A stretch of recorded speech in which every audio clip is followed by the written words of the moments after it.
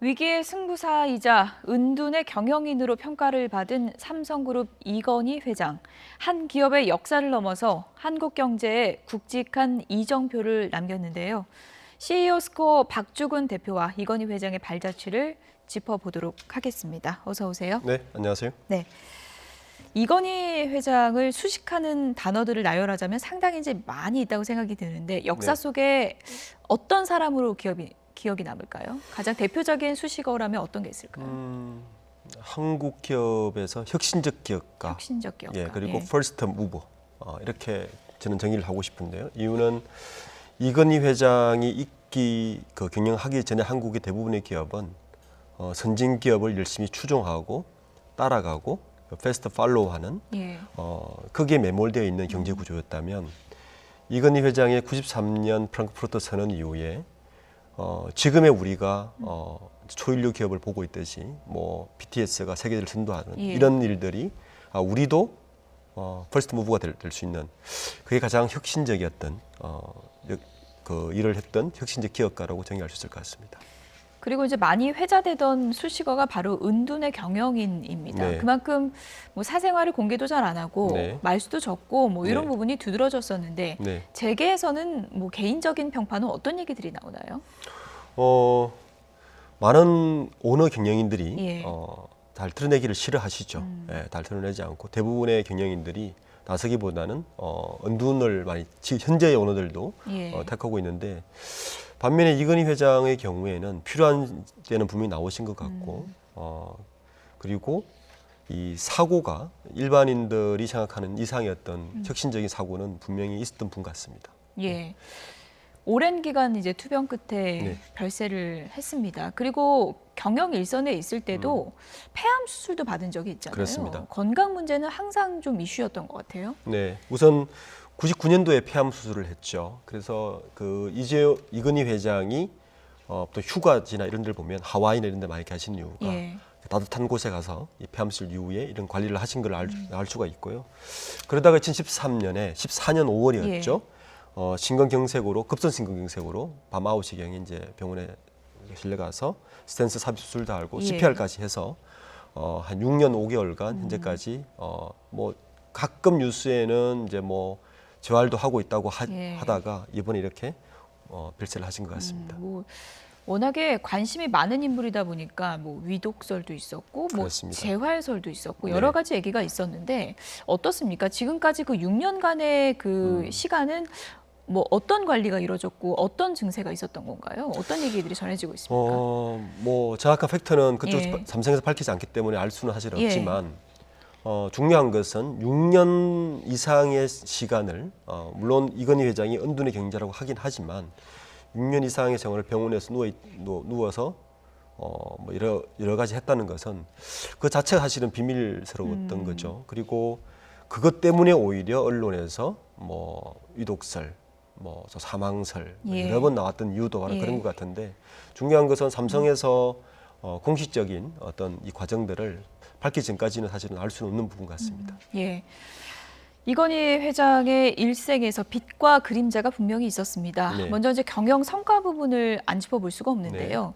여러 가지 성과를 거뒀지만 그 중에서도 반도체, 네. 휴대폰에서 뭐 한국의 삼성을 세계의 삼성으로 키웠다 이렇게 얘기할 수 있을 것 같은데 그 성장 요인의 핵심이 어떤 거라고 보십니까? 초전에 말씀드렸지만 그 전까지 우리 기업의 대부분의 사고는 열심히 선진 기업들을 따라만 가면 된다. 그리고 열심히 쫓아가면 된다는 구조에서 이건희 회장의 프랑크푸르트 경영 선언 이후에 예. 세계적인 그러니까 우리도 1등을 할 수 있다는 어떤 사고의 전환이 가장 큰 운동력이었던 것 같습니다. 예.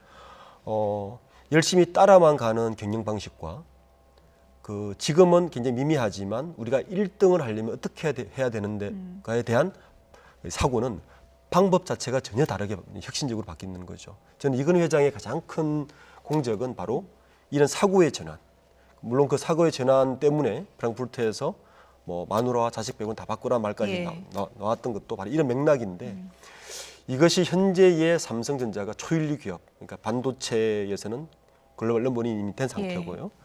뭐 스마트폰에서도 애플과 어깨를 나란히 할 지금 뭐 정도의 점유율이 20%가 넘잖아요. 그렇습니다. 20%가요. 예. 물론 전체 매출에서 인텔이 좀 앞서긴 하지만 이 메모리 반도체와 낸드 플래시 반도체는 압도적인 일을 하고 있어서 이러한 성과, 그러니까 퍼스트 무브로 갈 수 있는 가장 큰 운동력은 그 당시 굉장히 미미했던 이 삼성이라는 기업을 따라만 가는 것이 아니라 우리도 1등 할 수 있는 전략을 다시 세워야 된다는 이 사고의 진환이 가장 큰 운동력이었던 것 같습니다. 지금 언급해 주셨던 프랑크푸르트 선언, 마누라 자식 빼고 다 바꾸자. 네. 그러니까 그만큼 혁신을 상당히 강조했던 기업인이자 혁신의 리더십을 끌고 갔던 기업인이라고 할 수 있는데 네. 리더십에서 가장 강조됐던 부분이 어떤 부분일까요?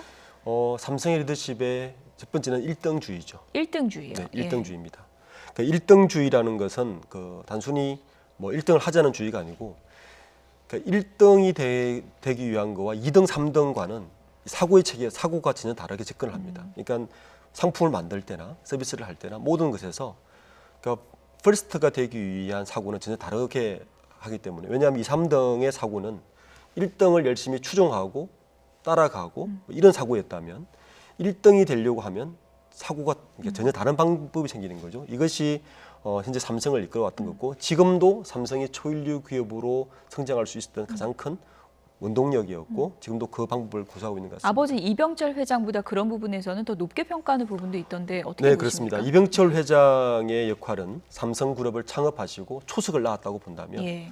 이건희 회장의 공적은 이 삼성이라는 기업을 전 세계 1등 초일류 기업으로 만들었던 혁신가의 면모를 볼 수 있는 것이죠. 그러니까 이병철 회장의 공도 크지만 사실은 이 삼성이 현재의 삼성이 된 건 사실 이건희 회장의 훨씬 크다고 봐야 됩니다.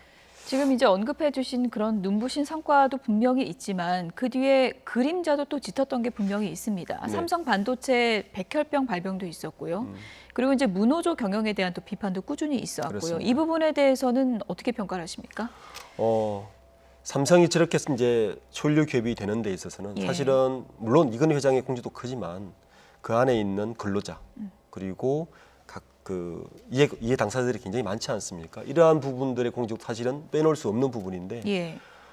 이 성장 속에서 그러한 부분들을 굉장히 덮어놓은 건 사실이었고 특히 문호조 경영은 글로벌 기업에 걸맞지 않는 예. 경영이었죠. 그리고 그러면서 이번에 이제 이재용 부회장께서 삼성의 문호조 경영을 실패를 한 건데 어떻게 보면 당연한 이야기고요. 또 하나는 이제 백혈병 문제 같은 경우도 그렇죠. 지금까지 그렇게 부인하고 했지만 결국에는 백혈병이 그 삼성 반도체의 공장에서 문제라는 걸 밝혀진 것이고 예. 결국에는 보상까지 합의를 본 것인데 이러한 부분들도 왜 빨리 합의를 보지 않았고 인정하지 않았는가에 대해서는 이제 뼈아픈 삼성의 어떤 중요한 또 결점이었던 것 같습니다. 앞으로 이제 노동 환경이나 그런 부분에 있어서는 지금 삼성의 기업 분위기를 봤을 땐 좀 개선될 여지가 많다고 보십니까? 어떻게 보시나요? 이번에 좀 재판 받는 예. 것도 그런 부분이죠. 여전히 개선을 할 부분이 많은 것 같고요. 많은 실제 기업이 이제는 글로벌화되고 더 성장하기 위해서는 이런 다양성이나 이런 보편적인 것들에 대해서 글로벌 어떤 표준들을 따라가는 게 당연합니다. 그래야만이 현재의 삼성이 이것을 지킬 수 있고 또 한 걸음 더 나아갈 수 있기 때문에 이러한 부분들은 해야 되는 것이고 문호조 경영을 실패했지만 당장은 저는 바로 노조 활동 열심히 할 것 같지는 예. 않습니다. 시간이 필요할 것 같고 그런 것들 삼성에서 어떻게 받아들일지는 좀 지켜봐야 될 문제인 것 같습니다. 이건희 회장이 강조했던 혁신이라는 그 단어가 네. 이런 많은 분들이 지적하는 그 어두운 면을 밝히는 데 좀 쓰였으면 좋겠다 이런 생각도 드는데요. 네. 이건희 회장 일생에서 또 뼈아팠던 부분이 바로 비자금 의혹 부분 아니겠습니까? 맞습니다. 그 당시에 뭐 황제 경영이다 이런 비판도 있었는데 가장 큰 실현의 시기였다 이렇게 볼 수도 있겠죠. 그렇습니다. 가장 실현의 시기였고 예. 어떻게 보면 그 비자금 문제나 그때 있었던 문제가 사실 지금까지 이어진다고 볼 수는 있는 것이죠. 예. 우리가 재벌 구조, 재벌의 혁신, 재벌의 문제에 모든 종합판이 거기에 다 들어있었고 그 당시 비자금뿐만 아니라 삼성이라는 기업이 성장하기 위해서 정관계 로비가 얼마나 치밀하게 이루어졌고 예. 그런 것들을 여실히 보여주는 사건이었는데 현재 그 당시 비자금 사건이 사실 마무리됐다고 볼 수는 없는 것 같습니다. 현재의 지금 이재용 부회장이 현재 재판받고 있는 예. 건도 어떻게 보면 그 당시에 그런 건들이 계속 이어져 왔던 그게 핵심은 뭐냐 하면 경영권의 안정적인 확보와 보호 그리고 예. 승계 문제가 지금까지 이어지고 있는 것 같습니다. 예, 지금 이제 언급해 주셨는데 이건희 회장이 별세하면서 이제 이재용 시대가 본격적으로 시작은 됐는데 지금 여러 가지 복잡한 재판이 얽혀 있지 않습니까? 네. 앞으로 어떤 변수가 될까요? 우선 그 내일부터 당장 재판이 있지 않습니까? 예. 재판이 있는데 현재는 그 장내 중이라서 우선 연기할 가능성이 좀 높다고 보고요. 어쨌든 이번 재판에서 이건희 회장의 별세는 어떻게 보면 여론전에서는 오너 경영에 대한 강조를 하면서 예. 이재용 부회장을 좀 봐줘야 되는 거 아니냐라는 식으로 여론일 가능성이 높다고 보고요. 그렇지만 분명한 것은 아까도 언급했던 이건희 회장의 가장 그 순환 시대였던 그 비자금 문제가 사실은 지금의 균형권 전개와도 연계되어 있는 부분이기 때문에 예. 삼성이 지금의 삼성에서 한 번 더 투명할 가기 위해서는 분명히 그 부분에 대해서는 분명히 짚고 넘어가야 될 부분이 있는 것 같습니다. 예. 뭐 삼성 입장에서는 지금 설명해 주신 대로라면 좀 사법 리스크를 좀 강조할 수 있는 그런 부분도 있는 그렇죠. 건가요? 네. 어떻게 변수가 어느 정도 작용할 걸로 보십니까? 지난번 재판에서도 뭐 변호인단 외에 이렇게 여러 가지를 삼성이 요청하지 않았습니까? 삼성에서는 최대한 여론전을 활용할 것 같습니다. 예. 그러니까 이건희 회장의 별세가 삼성의 어떤 리스크에 이재용 부회장까지 이제 없으면 예. 삼성 리스크가 극대화될 것이라고 분명히 여론전을 할 것이고 예. 그런 것들 재판장에서 얼마큼 먹힐지는 모르겠지만 어쨌든 이번 이건희 회장의 별세와 재판 이 두 가지는 그런 쪽으로 활용할 가능성이 저는 상당히 높다고 봅니다. 네. 이건희의 시대에서 이재용의 시대로 넘어오게 된다면 삼성이 어떻게 변할 것인가 이 부분도 상당히 관심을 갖고 지켜보는 그렇습니다. 대목인데요. 네. 어떤 변화가 있을까요? 한마디로 말씀드리면 가보지 않은 길을 가게 될 것이랍니다. 물론 삼성이 지금까지 이건희 회장의 어떤 프랑크푸르트 선언 이후에 혁신적으로 초일리 기업이 되어 왔지만 1등이 되는 것도 힘들지만 사실은 1등을 지키는 것이 더 힘든 일입니다. 이재용 부회장이 경영의 전면에 들어서면서 그런 삼성의 가보지 않은 길을 가기 위한 여러 가지 방안들을 아마 가져올 예. 것이고 그중에 하나는 M&A라든지 새로운 신성장 동력에 대한 더 산업의 공격적으로 발굴. 갈 거라고 보십니까? 저는 그렇게 보고 있습니다. 예. 지금이 반도체와 스마트폰을 가지고 오퍼레이션이 잘 되고 있다면 오히려 이걸 바탕으로 해서 급변하는 이 산업 급변하는 이 과정에서 새로운 신성장 동력을 발굴하는 것이 어떻게 보면 이재용 부회장 시대에 또 새로운 과제가 될 것이 분명합니다. 앞으로 그 과제를 어떻게 이끌어 나가느냐도 이제 궁금증이 집중되고 있는 건데 사실상 지금 뭐 투병 기간이 길었기 때문에 네. 사실상 지금까지도 이재용 부회장의 시대 아니었겠습니까? 그렇습니다. 지난 몇 년간의 그 이재용 부회장에 대해서는 어떤 평가들이 나오고 있습니까?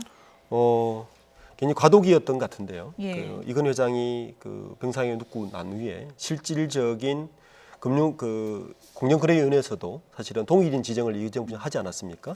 실질적인 이제 삼성그룹 수장으로서 예.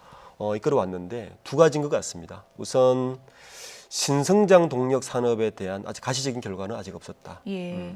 그리고 반도체 스마트폰은 그 이전부터 잘 되는 오퍼레이션을 더 성장한 것은 분명하다. 예. 그리고 반도체의 파운드리 사업 같은 새로운 산업에 대한 뛰어든 것도 물론 가시적인 효과이긴 하지만 이재용 부회장의 성과, 경영이라고 하기에는 아직까지는 좀 보여줄 것이 더 필요하다 이렇게 생각하고 있습니다. 예. 이건희 회장의 시대는 공식적으로 마침표를 찍었고요. 네. 이제 이재용 부회장 시대가 열리게 되는 건데 앞으로 좀 삼성이 더 긍정적인 평가를 받을 만한 기업으로 더 발전하길 많은 분들이 기대하고 있을 것 같습니다. 지금까지 CEO 스코어 박주근 대표였습니다. 고맙습니다. 네, 감사합니다.